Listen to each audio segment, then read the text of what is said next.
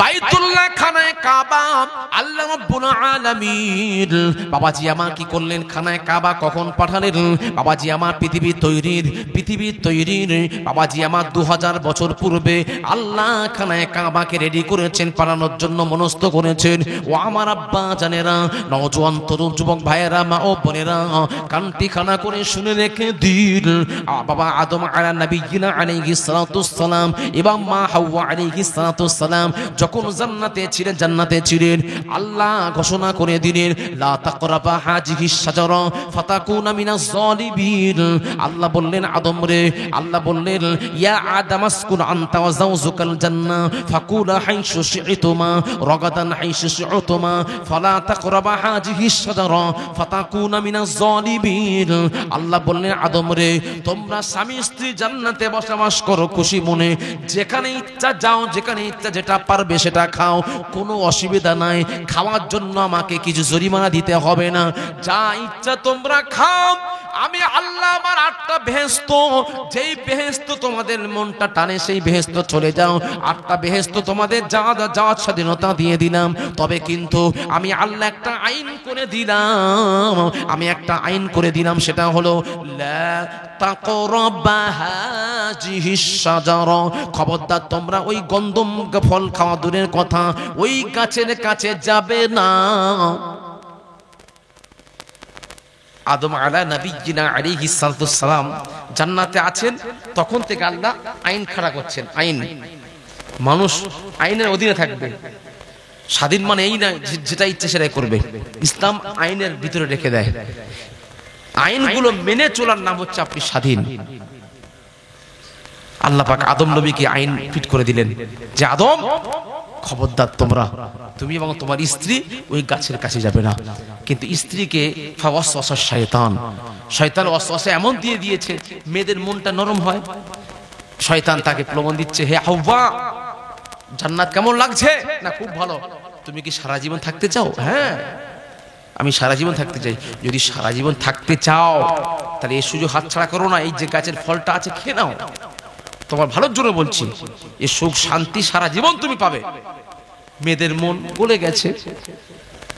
হাওয়া আলাইহিস সালাম বলছে, স্বামী গো এই ফলটা একবার খান না।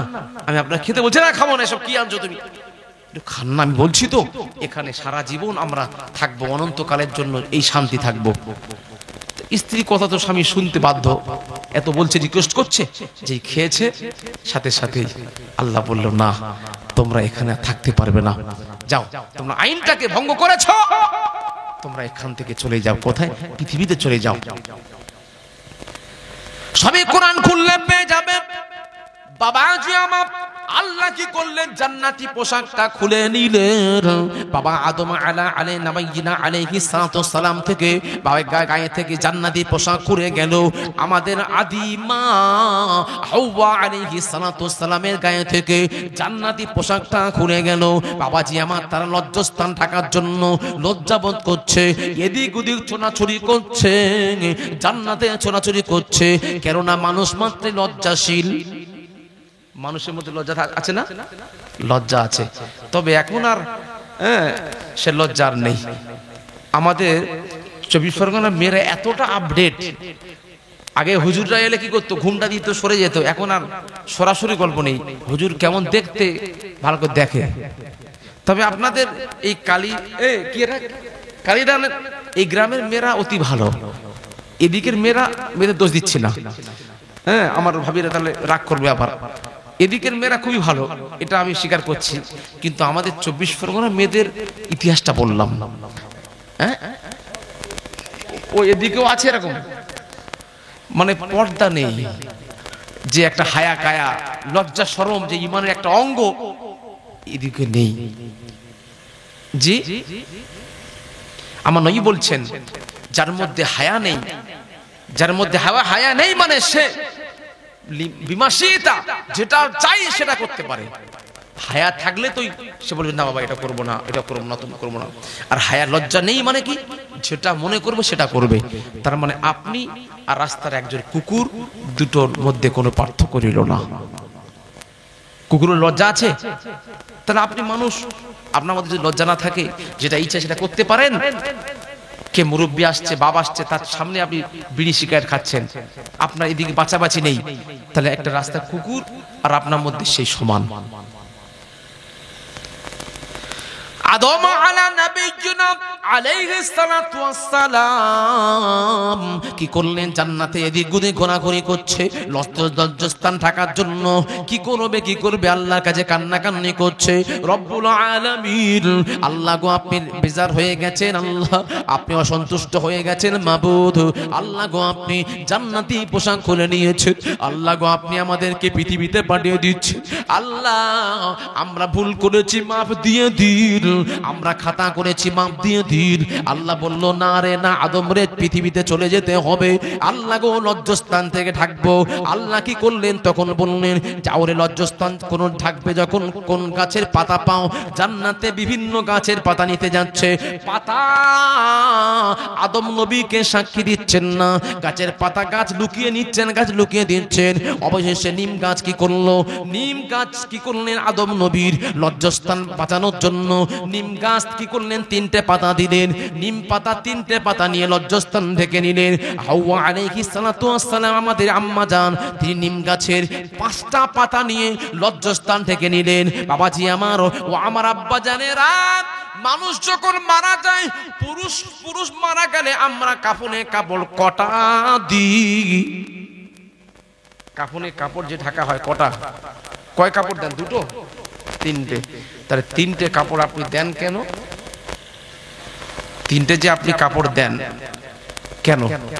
এর কারণ হলো বাবা হাওয়া আদম আলা নবিয়্যিনা আলাইহিস সালাতু সাল্লাম লজ্জাস্থান থাকার জন্য আল্লাহর পক্ষ থেকে 3টে তানাকে দেয়া হয়েছে নিম পাতা। এই 3টে নিম পাতায় তিনি লজ্জাস্থান থেকেছিলেন। এই থেকে শুরু হয়ে আসছে যে মানুষ মানে পুরুষ মারা গেলে তার জন্য কাফনের কাপড় হবে 3টা। আর হাওয়া আলাইহিস সালাতু সালামের লজ্জাস্থান থাকার জন্য জান্নাত থেকে 3টে নিম পাতা নিয়েছিল, এই 5টা। এই জন্য মহিলারা মারা গেলে তাদেরকে 5টা কাফনের কাপড় দেয়া হয়, নাকি আপনাদের দিকে 6টা দেয়া হয়? জি, 5টাই দেয়া হয়। এটা যুগ যুগ থেকে হয়ে আসছে। কারণটা কি? এই কারণ। বাবাজি আমার আদম আলা নবিয়্যিনা আলাইহিস সালাতু সালাম কান্নাকান্নি করার পরে আল্লাহ কি করলেন? ক্ষমা করলেন না। আল্লাহ বললেন যাও আদম, চলে যাও, চলে যাও, তুমি পৃথিবীতে চলে যাও। আওয়া আদম আলা নবিয়্যিনা আলাইহিস সালাতু সালামকে আল্লাহ হিন্দুস্তানের জমিনে ফেললেন। বাবাজি আমার শরণদ্বীপ বলে একটা দ্বীপ আছে, যেটা এখন শ্রীলঙ্কার মধ্যে চলে গেছে। বাবাজি আমার যেই পাহাড়ে আল্লাহ আদম নবীকে নামিয়েছিলেন, ওই পাহাড়টাকে আদম পাহাড় বলা হয়। যেখানে আল্লাহ পাক আদম নবীকে প্রথম নামালেন, আদম নবীর পায়ের ছাপটা এখনো পর্যন্ত আছে। সেখানে জাতি ধর্ম নির্বিশেষে সকল মানুষেরা ওই পাহাড়টাকে মান্যতা দেয়। ও আমার আব্বা জানেরা, ওই পাহাড়ের চূড়াতে উঠেছিলাম, কিন্তু সময় স্বল্পতার জন্য আল্লাহ পাক সুযোগ করে দিলেন না আদম নবীর পাটা দেখার জন্য। অনেক দূরে উঠতে হয়, সুযোগ হলো না। বাবাজি আমার ও আমার আব্বা জানেরা, আদম আলা নবিয়্যিনা আলাইহিস সালাতু সালামকে কি করলেন? বাবাজি আমার হিন্দুস্তানে শরণদ্বীপে পাঠালেন। আর আমাদের আদিমা হাওয়া আলাইহিস সালাতু সালামকে পাঠালেন কোথায়? জিদ্দাতে পাঠালেন। জিদ্দাতুল মানে দাদি। ওই হাওয়া আলাইহিস সালাতু সালামের নামেই ওই দাদি নামে শহর হয়ে গেল জিদ্দা। দুজন আলাদা ডিটাচ হয়ে গেলেন, আলাদা করে দিলেন, দুজনের চোখে পানি। আদম নবী বলছে আল্লাহ গো, আমি পৃথিবী যেতে রাজি আছি মাবুদ, তবে কিন্তু আল্লাহ আমি দেখেছি আসমানে, আল্লাহ গো আসমানে একটা সুন্দর ঘর আছে। আসমানে ফেরেশতাদের কাবা হলো বাইতুল মামুর, 7ম আসমানে অবস্থিত। আল্লাহ গো তারা আপনার খানায় কাবা তওয়াফ করতে কত সুন্দর লাগে। আল্লাহ খানায় কাবা তওয়াফ করছে তারা মাবুদ গো। আল্লাহ গো কিয়ামত পর্যন্ত যে ফেরেশতা একবার খানায় কাবা বাইতুল মামুর তওয়াফ করার সুযোগ পাবে, আর দ্বিতীয় কিয়ামত পর্যন্ত দ্বিতীয়বার সুযোগ পাবে না। আর হাজারো হাজারো ফারিস্তানা, একজন দুজন তিনজন চারজন নয়, হাজারো হাজারো ফারিস্তানা বাবাজি আমার প্রত্যেক দিন এক একজন 1000 নয় 50,000 ফারিস্তানা প্রত্যেক দিন বাইতুল মামুর আল্লাহর ঘর তওয়াফ করতে থাকে। যে ফেরেশতা একবার তওয়াফ করে নেয় দ্বিতীয়বার আর কিয়ামত পর্যন্ত সুযোগ পায় না। এই তাদের কাবা হলো বাইতুল মামুর। আদম নবী বললেন, আল্লাহ গো আমি পৃথিবীতে যেতে রাজি আছি মাবুদ। আল্লাহ গো বাইতুল মামুরের মতো আমার জন্য আল্লাহ, আমার বংশের সন্তানদের জন্য আল্লাহ একটা কাবা করে দিন, একটা কাবা করে দিন। আমি ফারিস্তাদের মতো আপনার বাইতুল্লাহ তওয়াফ করব। আল্লাহ তখন বলল, যাও রে ফারিস্তা চলে যাও। আদম নবী আমার কাছে দাবি করেছে আমি পৃথিবীতে যেতে রাজি আছি, আমার জন্য একটা বাইতুল্লাহ বানাতে হবে। যাও ফেরেশতা চলে যাও, খানায়ে কাবা বানিয়ে দাও, বানিয়ে দাও। খানায়ে কাবা তৈরি করে দেয়া হলো। আদম নবী তওয়াফ করতে থাকলেন, তার সন্তান সিস আলাইহিস সালাতু সালাম তওয়াফ করতে থাকলেন। বাবাজি আমার এই করে করে তওয়াফ করতে থাকে। বাবাজি আমার এবার কি করলেন, নূহ আলাইহিস সালাতু সালামের সময় প্লাবন হয়েছিল, তামাম পৃথিবী ব্যাপী প্লাবন হয়েছে, এক একটা এলাকা নয়। বাবাজি আমার একটু প্লাবন হলে, বন্যা হলে প্রথমে আপনাদের মেদিনীপুর শহরের মধ্যে ঘাটাল শহরটা ডুবে যায়। ডুবে যায় না, নিচু জায়গা, আমরা খবরের কাগজে পড়ি তো ঘাটাল শহর ডুবে গেছে, কেশপুর ডুবে গেছে। আবার এদিকেও আপনাদের অনেক ডুবে যায়, এদিকে যেগুলো নিচু জায়গা। তাহলে আল্লাহ পাক কি পুরো পৃথিবীকে কি ডুবিয়ে দিয়েছেন? সেই একবার ডুবিয়ে দিয়েছিল, সেটা কখন? নূহ নবীর জামানায়। তখন পুরো পৃথিবীটা পুরো ডুবে গেছিল, প্লাবন। এই এক দিন নয়, 150 দিন। 150 দিন মানে কমাস হচ্ছে 5 মাস, 5 মাস 30 তো 3 মাস 15 নাকি 5 মাস। তাহলে 5 মাস মানে প্লাবন, বন্যা, চারটিখানি ব্যাপার। পুরো প্লাবন দিতে দিতে ঢেউ আস্তে আস্তে পুরো পৃথিবীটা পুরো পানির নিচে চলে গেছে। আর এত ঢেউ আল্লাহ দিয়েছে, হাদিস পাকের আল্লাহর কোরআনের মধ্যে এসেছে, সূরা হুদ খুললে পেয়ে যাবেন, ওয়াহিয়া তাজরি মিন মাওজি'ন কাল জিবাল। আল্লাহ পাক কি করলেন, ওই মানে প্লাবনে এত ঢেউ হচ্ছিল পুরো আপনার মানে পাহাড় চুম্বি, মাওজাইল জিবাল, পাহাড়ের মতো উঁচু উঁচু ঢেউ। সেই ঢেউর উপরে নূহ আলাইহিস সালাতু সালামের কিস্তির মাত্র 80 জনকে নিয়ে তিনি কিস্তির উপরে কি করেছেন, ওই বাইতুল্লাহ তওয়াফ করেছেন। কতদিন? পুরো 150 দিন। জোরে বলুন না সুবহানাল্লাহ। পৃথিবী ডুবে গেছে, কিন্তু আল্লাহর হুকুমে নূহ নবী কি করলেন, তার 80 জনকে নিয়ে গেলেন। 950 বছরে হিদায়াত হলো কজন? মাত্র 80 জন। 950 বছর বেঁচে ছিল কে? নূহ নবী। দিনের দাওয়াত দিয়েছিলেন। নূহ নবীর দাওয়াতে মাত্র সাড়া দিয়েছে কত? 80 জন। নূহ নবী রেগে গিয়ে আল্লাহর কাছে বলেছে, আল্লাহ গো, আল্লাহ পুরো পৃথিবীটাকে ধ্বংস করে দেন। এই কাফেরের বাচ্চা যেন, কাফের যেন কেউ না থাকে। তাহলে একজন যদি আপনি বাঁচিয়ে রাখেন, ওর থেকেই তারা দুশমন মানে শত্রুতা শুরু করে দেবে। সুতরাং আমি আপনাকে দোয়া করছি, আমার সন্তানরা কেউ যেন না থাকে, পুরো আপনি ধ্বংস করে দেন। ওই মহানবী দোয়া করতে তোই আল্লাহ পাক প্লাবন দিয়ে দিয়েছিলেন, পুরো দেশটা পৃথিবীটাই ধ্বংস হয়ে গেছে। নূহ নবীর সন্তান কিনানকে বারবার ডাকছে, সন্তান কিনান চলে এসো, ওদের দলে থেকো না, তুমি হালাক হয়ে যাবে, তুমি মারা যাবে, আমার কিস্তির মধ্যে চলে এসো। বারবার যখন ডাকছে, আল্লাহ বললেন, না রে না। ক্বালা ইয়া নূহুন লাইসা কামিন আহলিক, হে নূহ রে শোনো, তোমার সন্তান তোমার কেউ নয়, আহাল নয়, ওকে আহাল বলে পরিচয় দিও না। সন্তান হতে পারে, তবে কিন্তু ও তোমার দিনকে মানে না, মানে তোমার আহাল নয়। ও বেদিন হয়ে গেছে, ওকেও আমি আল্লাহ হেদায়েত দেব না, দেব না, দেব না। ও আমার আব্বা জানে না। এইভাবে করে বাবাজি আমার 150 দিন তাম পৃথিবীটাকে আল্লাহ নিচে করে দিলেন। বাবাজি আমার পাহাড় চুম্বি ঢেউ দিতে লাগলো। ওই ঢেউটা হতে হতে বাবাজি আমার পুরো 150 দিন খানায় কাবা বাইতুল্লাহ তপ করতে লাগলেন নৌকার উপরে বসে বসে 80 জনকে নিয়ে। এবার কি করলেন, যদি বলে একটা পাহাড় আছে, ওই পাহাড়ে গিয়ে ঠেকেছিল কে নূহ নবীর নৌকা। বাবাজি আমার ঠেকে গেছিল, কিস্তি ঠেকে গেছিল। ও আমার আব্বা জানে না, নূহ নবী প্লাবনের পরে বাবাজি 1 বছর 2 বছর 3 বছর নয়, 2600 বছর, 2600 বছর কাবা বাইতুল্লাহর কোনো অস্তিত্ব মেলে না।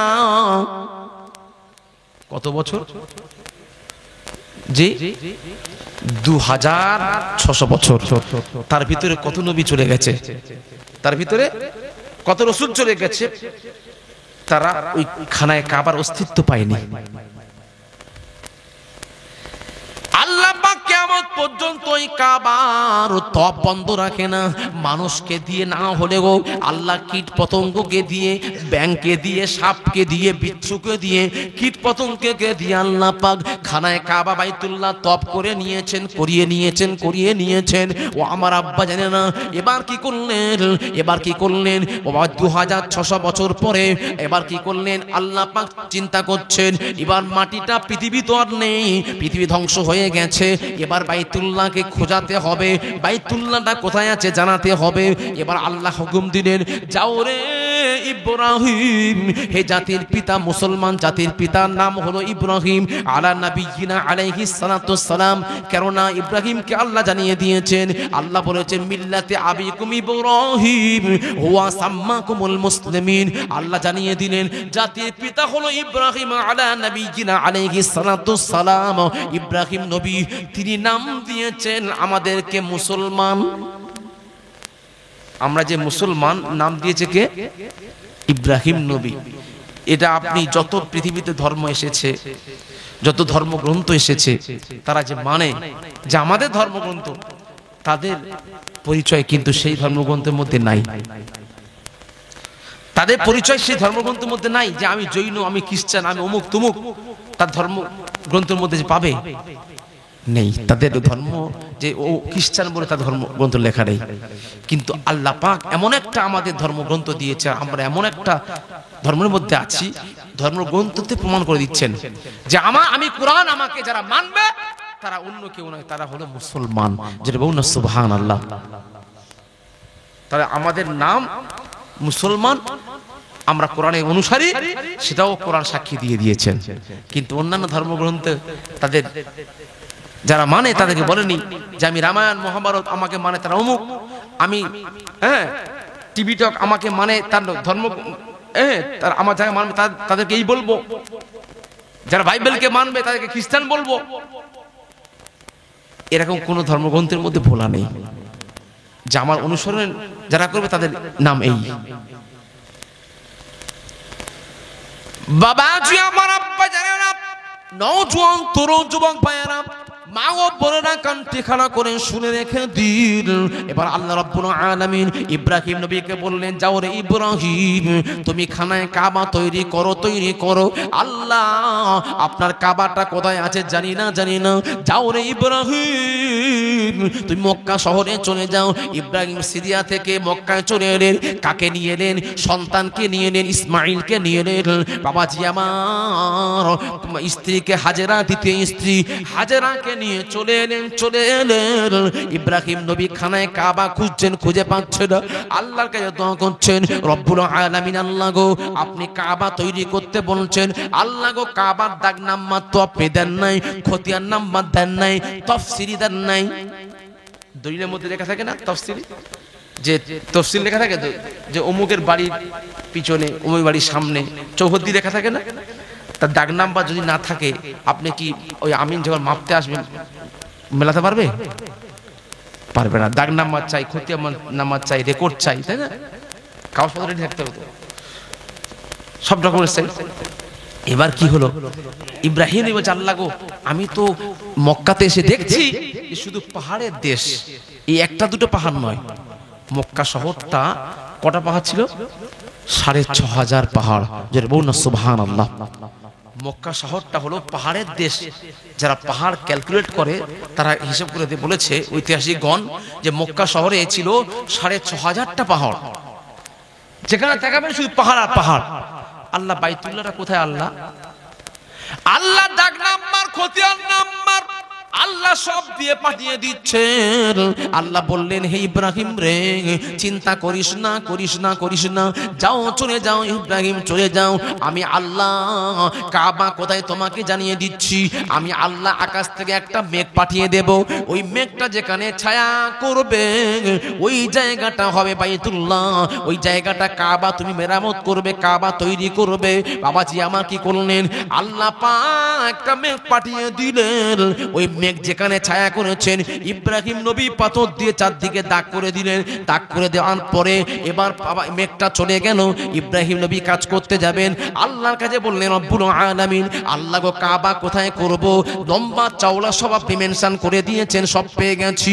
রব্বুল আলামিন, আল্লাহ গো আপনাকে জানতে চাই, আল্লাহ গো কোন কোন পাথর দিয়ে, কি দিয়ে, আল্লাহ কি মালামাল দিয়ে আমি বাইতুল্লাহ মেরামত করব, বাইতুল্লাহ তৈরি করব?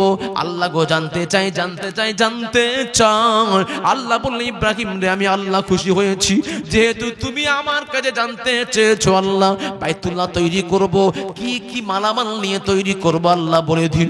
আল্লাহ সেই সময় বলল, আল্লাহ বললেন, ইব্রাহিম রে, 5টা পাহাড়ের পাথরকে দিয়ে তুমি বাইতুল্লাহ শরীফ নির্মাণ করবে, বাইতুল্লাহ শরীফ মেরামত করবে, বাইতুল্লাহ শরীফের পাঁচিল দেবে। ও ইব্রাহিম রে, 5টা পাহাড়ের পাথর নেবে। তবে কিন্তু শুনে রেখে দাও, জেনে রেখে দাও, ওই 5টা পাহাড়ের নাম আমি আল্লাহ কেন জানাচ্ছি? ওই 5টা পাহাড় আমার কাছে কান্নাকান্নি করেছিল। রব্বুল আলামিন, আমি পাহাড় আমার কোনো মূল্য নাই, দাম নাই। আল্লাহ গো আমার পাহাড়, আমার পাহাড়ের মধ্যে থেকে অন্তত কয়েকটা পাথর নিয়ে আল্লাহ গো আপনার ঘরটা মেরামত করবেন, বানাবেন। তাহলে আমি পাথর, আমি পাহাড়, আমার জীবনটা ধন্য হবে। 5টা পাহাড় আমার কাছে কান্নাকান্নি করেছিল। হে ইব্রাহিম, তুমি 5টা পাহাড়ের পাথরটা নিয়ে তুমি বাইতুল্লাহর কাজ শুরু করে দাও। জোরে জোরে বল সুবহানাল্লাহ, আরো জোরে নারে তাকবীর। বাবাজি আমার, এখানে আপনাদের কাছ থেকে আমি জানতে চাই যে খানায় কাবা তৈরি হয়েছে যে 5টা পাহাড়ের পাথর দ্বারায়, সেই 5টা পাহাড়ের নামটা জানতে চাই। হ্যাঁ বাবাজি বলেন। ও আচ্ছা, আচ্ছা আচ্ছা আচ্ছা, আপনার সামনে থেকে বলেন, কে পারবেন এটা বললে আমি আপনাদের কাছ থেকে বিদায় নেব, কষ্ট দেব না। আমি বুঝতে পারছি আমার অজেতে আপনারা বিরক্ত হচ্ছেন। হ্যাঁ, তাহলে একটু নামটা বলে দেন। যে 5টা পাহাড়, যে পাহাড়ের পাথর দ্বারা খানায় কাবা তৈরি, আর আল্লাহ এই বেছে বেছে 5টা পাহাড়, 6500 পাহাড় আছে, তার মধ্যে 5টা পাহাড় নিলেন। সেই পাহাড়গুলো আল্লাহর কাছে কেঁদেছিল যে আল্লাহ আপনার ঘরের সঙ্গে আমাদের সঙ্গে একটা সম্পর্ক করে দেন। তাহলে এটা আর আপনারা যখন বলছেন না, তাহলে এটা থাক, এটা আমি আর বলছি না। যদি আল্লাহ কখনো সুযোগ দেয়, আমি তো জঙ্গলের সাথে আসি, আরে আপনি বলে দেবেন, আমাকে আবার করছে কেন? আপনার হুজুরকে পেকড়ে ধরবেন, পেকড়ে ধরলে ইনি সব বলে দেবে। আর আমি আর বলছি না, এটা থাক। আর আপনি একা শুনলে তো হবে না, ওনারা তো চুপ করে আছে, আমি আবার বলতে যাব কেন? ও আপনারা শুনতে চান? আচ্ছা, কারা কারা শুনতে রাজি নেই একটু হাত তোলেন। নারায়ে তাকবীর। 1 জন, 2 জন, 3 জন, 4 জন, হ্যাঁ 5 জন, 6 জন, হ্যাঁ চুলকান, মাথা চুলকান, হ্যাঁ 7 জন। 8 জন লোক বসে আছে, 7 জন বলছে হুজুর ছেড়ে দেন, আমাদের ইমাম সাহেবকে দিয়ে দেন, উনি ওয়াজ করুক, আমরা সরি। হ্যাঁ হুজুর কি বলছেন? দেখুন না, আপনি দেখুন, আপনাকে চাচ্ছে, আমি কি বলবো? আমি তো বললাম যারা যারা শুনতে চান না হাত তুলুন। আপনার হাত তুললেন কেন? এই চাচা নাই কানে কম শুনে, আমি মানলাম যে কানে কম শুনে। আরো 5 জন আছে, 6 জন, তারা কেন তুললো? এখন তো রাত শুরু হবে, এখন শেষ নয়, শেষের দিকে হলে একটু ঘুমটুম লাগে, তখন ভুলভাল হয়ে যায়। এখনো কেন ভুল হচ্ছে আমি বুঝতে পারছি না। মানে শয়তান ভিতরে এখনো পর্যন্ত বসে আছে, জায়গাগুলো না শয়তান ভিতরে অসওয়াসা দিচ্ছে। এই শয়তানকে তাড়াতে গেলে একবার তাকবীর দিতে হবে। তাকবীর দেন, নারায়ে তাকবীর। আল কোরআনের আলো, আল হাদিসের আলো, নারায়ে তাকবীর। আই রব্বুল আলামিন আমাদের এই মাহফিলটাকে আপনার দরবারে কবুল করেন, সকলে বলি আমিন। বাবাজি আমার, আব্বা জানেরা, নওজোয়ান তরুণ যুবক ভাইয়েরা, হাদিস পাক খুললে পেয়ে যাবেন। এটা কোনো গল্প নয়, গল্প নয়, হাদিস পাক প্রমাণ দিচ্ছেন। বাবাজি আমার, মাসনাদে বাজদার খুললে পেয়ে যাবেন। আল্লাহ রাসূল বলছেন, আল্লাহ রাসূল জানিয়ে দিলেন, খানায়ে কাবা তৈরি হয়েছিল 5টা পাহাড়ে পাথর দ্বারায়, 5টা পাহাড়ে পাথর দ্বারায়। নাম্বার 1 হলো জাবালে তুর। তুর পাহাড়, যেখানে মুসা নবী আল্লাহর সাথে ডাইরেক্ট কথা বলেছিল। তুর পাহাড়ে পাথর ছিল। তুর পাহাড় আল্লাহর কাছে কেঁদেছিলেন, রব্বুল আলামিন আল্লাহ গো, আপনার ঘরের সঙ্গে আমার সম্পর্ক করে দেবেন। আল্লাহ কবুল করে নিয়েছেন। আল্লাহ কবুল করে নিয়ে ইব্রাহিমকে বললেন, ইব্রাহিম রে, তুর পাহাড়ে পাথর লাগবে, নিতে হবে। নাম্বার 2 হলো জাবালে জুদি। জুদি মানে জুদি পাহাড় কোনটা? বাবাজি আমার, নূহ নবীর কিস্তি যে পাহাড়ে ঠেকেছিল, ওই পাহাড়টা কোথায় অবস্থিত? তুরস্কের। বাবাজি আমার, তুরস্কের থেকে দক্ষিণ প্রান্তে অবস্থিত জুদি পাহাড়। জুদি পাহাড়ে আল্লাহ জুদি পাহাড় কেঁদেছিল, রব্বুল আলামিন আল্লাহ গো, আপনার ঘরের সঙ্গে আমার সম্পর্ক করে নেবেন। আল্লাহ কবুল করেছেন ইব্রাহিম রে, জুদি পাহাড়ের পাথরটা নেবে। নাম্বার 3 নম্বর হলো জাবালে ফিলিস্তিন। বাবাজি আমার, জাবালে ফিলিস্তিন বলতে কোনটা বোঝায়? বাইতুল মুকাদ্দাসের কাছে একটা পাহাড় আছে, ওই পাহাড়ে পাথর কেঁদেছিল, ওই পাহাড়ে পাথর নিতে হবে। নাম্বার 4 নম্বর হলো জাবালে গারে হীরা। জাবালে হীরা, গারে হীরা, হীরা পর্বতের পাহাড়, ওই পাহাড়ের পাথর নিতে হবে, যাকে জাবালে নূর বলা হয়, ওই পাথর নিতে হবে। এই করে করে বাবাজি আমার, এই করে করে না 5 নম্বর হলো জাবালে আবু কুবাইস। কুবাইস পাহাড়ে, যে পাহাড়ের উপরে ইব্রাহিম নবী উঠে বাইতুল্লাহর ঘোষণা দিয়েছিল, আযান দিয়েছিল, ওই পাহাড়টা হলো জান্নাতি পাহাড়। ওই পাহাড় কেঁদেছিল রব্বুল আলামিন আল্লাহ গো, বাইতুল্লাহর হাজী সাহেবদের আগমনের জন্য আমার পিঠে দাঁড়িয়ে ইব্রাহিম নবী ডাক দিয়েছে, আল্লাহ গো, আমাকেও নিয়ে নিল। জাবালে আবু কুবাইস পাহাড় আল্লাহর কাছে ফরমান করেছিল, চোখের পানি ফেলেছিল। আল্লাহ বলল, ইব্রাহিম রে, তোমাকেও জাবালে আবু কুবাইস পাহাড়ের থেকে কিছু পাথর নিতে হবে, কাকর নিতে হবে। এই 5টা পাহাড়ের নাম হাদিস পাকের মধ্যে এসেছে। এই কথা যখন আল্লাহ শুনিয়ে দিলেন, ইব্রাহিম নবী বলছেন, মাবুদ আল্লাহ গো, আমার তো জনবল নেই। আল্লাহ গো, এটা মরুভূমি, এখানে ফল আদি কিছু হয় না। আল্লাহ গো, আমি আছি, আমার সন্তান মাত্র 11 বছরের সন্তান। আল্লাহ গো, বাচ্চা ছেলেকে নিয়ে আমি কেমন করে সেই তুর পাহাড়ে যাব, সেই জুদি পাহাড়ে যাব? আল্লাহ গো, সেই ফিলিস্তিনে চলে যাব। আল্লাহ, আমার তো জনবল নেই, কেউ নেই। আল্লাহ গো, যদি আমি আনতে যাই, পাহাড় আনতে, পাথর আনতে আল্লাহ গো, কিয়ামত হয়ে যাবে। আল্লাহ গো, তাহলে আর বাইতুল্লাহ তৈরি করা হবে না। আল্লাহ বললেন, ইব্রাহিম রে, এই চিন্তা তোমার করতে হবে না রে ইব্রাহিম, তুমি খালি সন্তানকে নিয়ে যখন কাজ করবে, বাইতুল্লাহ মেরামত করবে, বাইতুল্লাহ তৈরি করবে, খালি একবার অর্ডার দেবে, পাহাড় পাথর নিয়ে চলে এসো, তোমার পাথর দিয়ে দাও।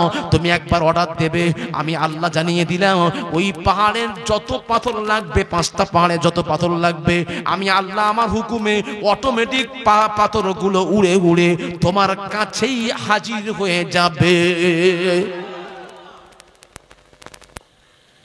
বুঝতে পারলেন? ইব্রাহিম নবী যেতে হলো না, খালি বলছে লাগবে পাথর, চলে এসো। ওই 5টা পাহাড়ের 5 দিক থেকে ছুটে ছুটে পাথরগুলো এক জায়গায় হাজির হয়ে গেছে। রাজমিস্ত্রি কাজ করছে কে? ইব্রাহিম আলা নবিয়িনা আলাইহিস সালাতুস সালাম। আমাদের মিল্লাতের পিতা, জাতির পিতা। আর সহযোগিতা করছে, তাগাড়ে কাজ করছে কে? লেবারের কাজ করছে কে? সন্তান, 11 বছরের সন্তান। বাবাজি আমার, আব্বা জানেরা, খানায়ে কাবা বাইতুল্লাহ যখন তৈরি করা হয়ে গেল, রেডি হয়ে গেল, এবার কি করছেন বাবাজি আমার? খানায়ে কাবা তৈরি হওয়ার পরে আদম ইব্রাহিম নবী আল্লাহর কাছে দোয়া করছেন, আল্লাহ গো, আল্লাহর কাছে রব্বুল আলামিনকে দাঁড়িয়ে বলছেন, সন্তানকে নিয়ে বলছে, আল্লাহর কাছে হাত তুলেছেন, ওয়াইজ ইয়ারফাউ ইব্রাহিমুল কওয়াইদা মিনাল বাইতি ওয়া ইসমাঈল রব্বানা তাকাব্বাল মিন্না ইন্নাকা আনতাস সামিউল আলিম।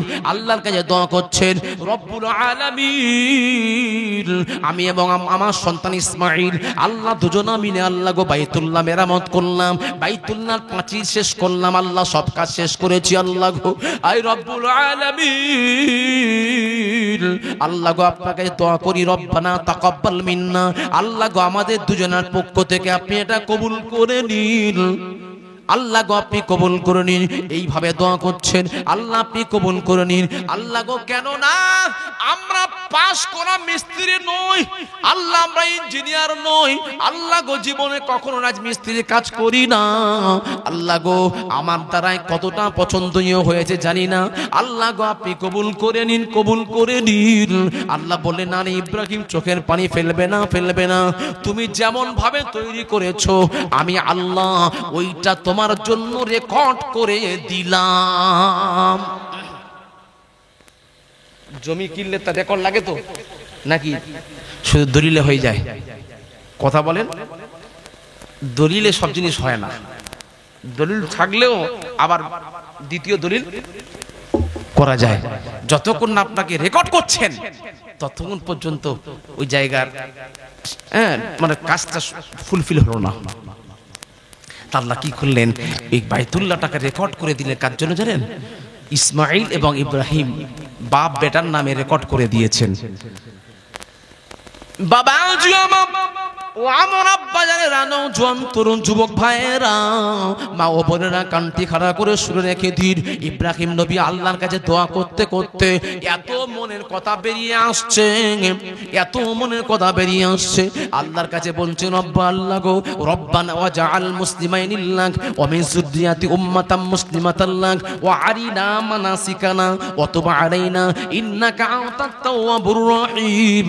আল্লাহর কাছে, রব্বুল আলামিনের কাছে কাঁদছেন, রব্বুল আলামিন, আল্লাহ গো আমি আপনার কাছে দোয়া করি মাবুদ, আল্লাহ গো আমার এমন একটা, রব্বানা ওয়াজআল মুসলিমাইনি লাক, আল্লাহ অনুগত আমাকে মান্যতা দেবে, আপনাকে মানবে, আল্লাহ গো একটা মুসলমান জাতি বানান, যুররিয়াত আমার বংশের মধ্যে থেকে আল্লাহ উম্মাতাম মুসলিমাতান লাক, আল্লাহ গো মুসলমান বলে একটা জাতি বানান, আল্লাহ গো যে জাতি খানায়ে কাবা বাইতুল্লাহ তপ করবে, আল্লাহ গো এখানেতে কোনো মানুষ নাই, আল্লাহ মরুভূমি আর মরুভূমি, এখানে কোনো ফলাদি হয় না, আয় রব্বুল আলামিন এখানে বাইতুল্লাহ কাবা আবাদ তো করতে হবে, আল্লাহ গো আপনি আমার বংশের থেকে মুসলমান বলে একটা জাতি বানিয়ে দেন, তারা আল্লাহ গো তপ করবে, বাইতুল্লাহ আবাদ করবে।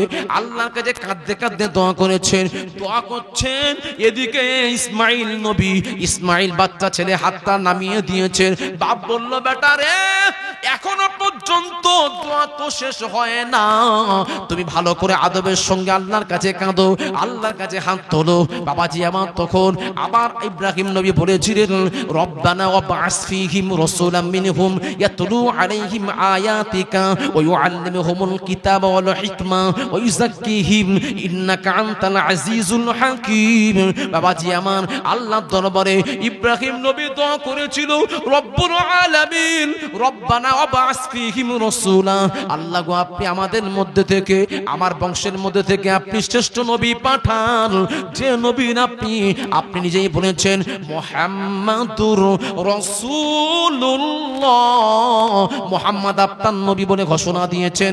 আল্লাহ গো মুবাশশিরাম বিমা, আল্লাহ আপনি শুভ সংবাদ দিয়েছেন, ইয়াতি মিন বা'দি ইসমুহু আহমদ, আল্লাহ গো ঈসা নবী তো বলে গেছেন, আল্লাহ গো ঈসা নবী বলেছেন শেষের নবী যিনি হবেন আসমায়ে নাম হবে আহমদ।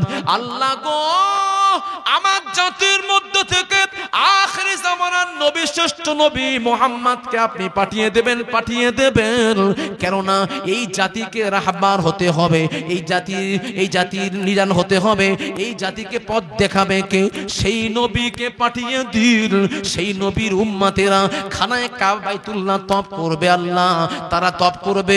এই বলে আমার নবী ইব্রাহিম নবী যখন দোয়া করলেন, আল্লাহ বললেন, ইব্রাহিম রে, তোমার দোয়াটা আমি আল্লাহ কবুল করলাম। যেহেতু আমার নবীর নাম নিয়ে দোয়া করেছো, ওই যে পাথরের উপর দাঁড়িয়ে আছো, ওই পাথরটা হলো মাকাম ইব্রাহিম। পাথর তো শক্ত থাকে। আল্লাহ বলল, পাথর রে, তুমি ইব্রাহিম নবীর আঙুলের পায়ের আঙুলের ছাপ হয়ে যাও, কেননা আমার নবীর নাম নিয়ে দোয়া করেছে। আমি এটা কিয়ামত পর্যন্ত আমি আমার মেহমান যারা হবে, আমি আল্লাহ তাদের জন্য ওয়াত্তাখিযু মিন মাকাম ইব্রাহিম মুসাল্লা, আমি আল্লাহ সমস্ত হাজী সাহেবদের জন্য, আমার মেহমানদের জন্য সেখানে নামাজ পড়াটা ওয়াজিব করে দিলাম। জোরে জোরে বল সুবহানাল্লাহ, আরো জোরে নারে তাকবীর। আমার নবীর নাম নিয়েছে বলেই তবে ওই পাথরটা গলে গেছে মোমের মতো। সেই পাথরটা জান্নাতি পাথর, আজও পর্যন্ত আছে খানায়ে কাবার। প্রথমে খানায়ে কাবার গায়ে লেগেছিল, যখন সেই সময় কালের পর কাল, যুগের পর যুগ, যখন প্লাবন হলো বিভিন্ন মাধ্যমে, ওই পাথরটা সরে গেছিল। ওই পাথরটাকে আটক করে রাখার জন্য ওমর রাদিয়াল্লাহু তাআলা আনহু ওই ঠিক করে দিয়েছিল। কোথায়? ওই মাকামে ইব্রাহিম, এক বর্তমান যেখানে আছে জালি, তখন জালি ছিল না, ওই জায়গাটা ঠিক করে দিয়েছিল, যাতে করে কাবা শরীফের তওয়াফ করার পরে ওখানে সরে এসে নামাজ পড়তে হবে। কাবা শরীফের কাছেই থাকলে তাহলে কি হবে, তওয়াফ যারা করবে তাদের নামাজ পড়তে দাঁড়িয়ে গেলে তওয়াফের অসুবিধা হবে, ওই জন্য একটু দূরে সরিয়ে আনা হয়েছে। দরুদ শরীফ, আল্লাহুম্মা সাল্লি আলা